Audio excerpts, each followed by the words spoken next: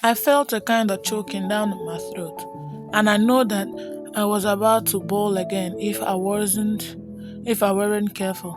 So I never said another word. I just turned Ole horse right smart and gave him a little kick and rolled off kind of quick like. I had a real kind of hurting feeling inside of me.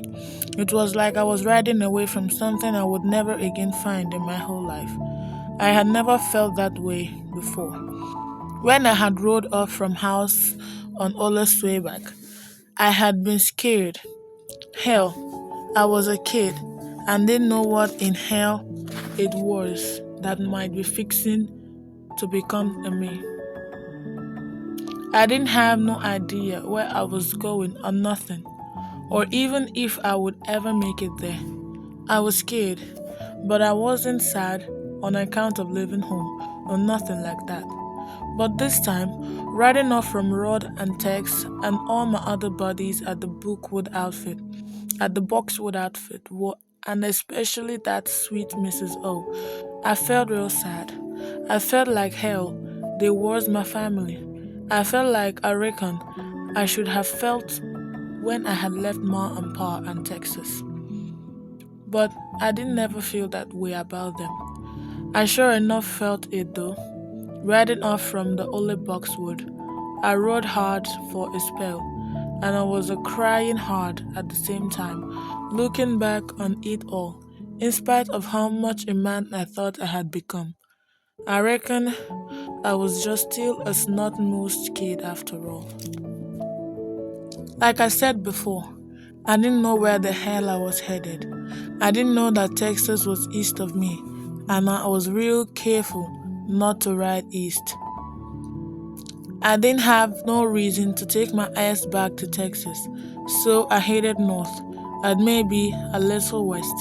I spent a couple of lonely nights on the trail, thinking about all the boys back at the bunkhouse on the Ole Boxwood, and maybe even I cried a little now and then.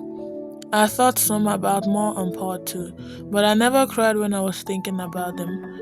About all I could think, thinking about Ma was how she had slapped me hard across the face, and last day I ever seed her.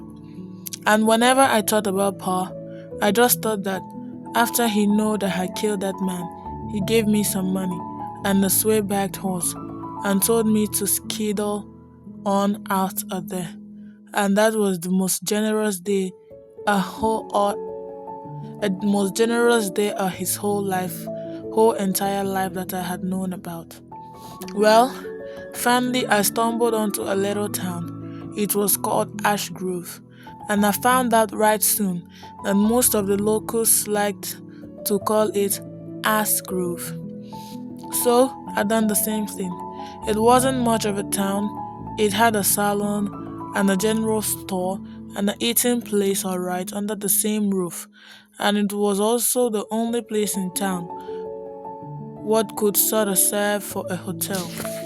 Cause they did have rooms upstairs, but they wasn't really meant to be hotel rooms. There were rooms for the girls to take their customers into and give them a quick romp for a few bucks, is what they was.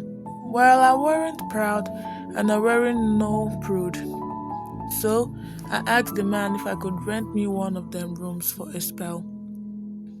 He asked to see the color of my money, and I showed it to him and paid him in advance. Why? Then he gave me a room right fast. I didn't hardly get no sleep that first night, for I could hear all the sounds coming from the next rooms to mine, and maybe from other rooms as well. The walls weren't none too thick, and the sighs and moaning and groaning and giggling and the gasp, the creaking bed springs and such just kept my full attention and kept me wide awake and wondering just what was going on in them rooms with them girls. I sure did long to know, and I didn't just want someone to tell me about it neither. I was longing to know all about it at first hand. I reckon I did finally get off to sleep, but I was so used to getting up early back at Boxwood that I'd done it when I didn't have no need to. So I was up the next morning without having had too much sleep. I went on downstairs and into the eating part of that establishment. And in there, I ordered myself up a good breakfast: chicken, eggs, ham, tartar, biscuits, and gravy. I ate them all up in a hurry, and I washed it down with about a pot of coffee, I guess. Then I paid for it all and went on outside.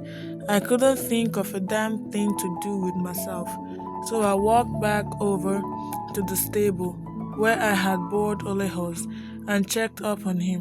He was the one and only person I knowed in that town. He was just fine, so I only talked to him for a few minutes and then I left again. I don't know what's worse: being out on a lonely trail without no particular destination in mind, or being in a town with folks all around you and you not knowing none of them. I was really thinking about them girls too, but none of them was nowhere in sight. I figured that, having walked all night, there was just natural sleeping the day away. So I was just kinda lounging around lazy like outside when I see the cowboy coming and riding up.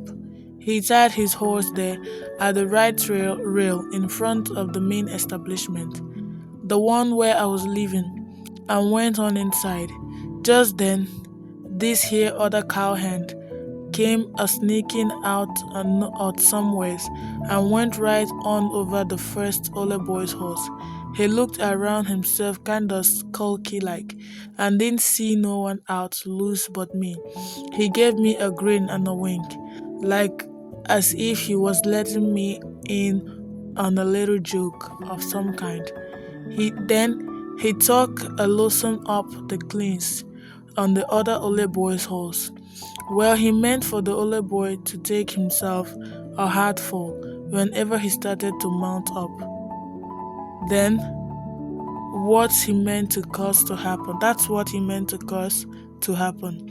I just acted like as if I'd never even noticed that grin and wink, nor even what he'd done with the stench.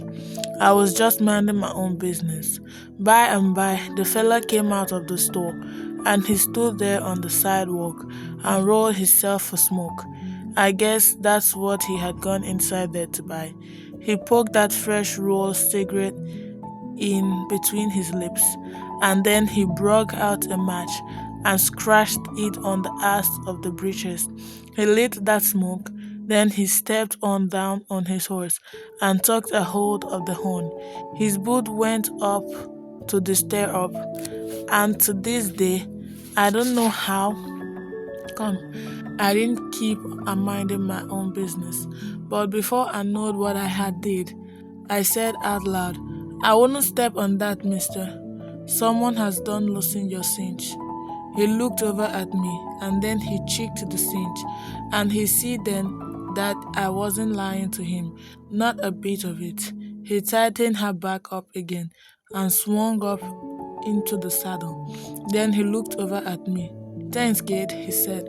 "Who's done it?" I gave a shrug. "I don't know no one in this town," I said.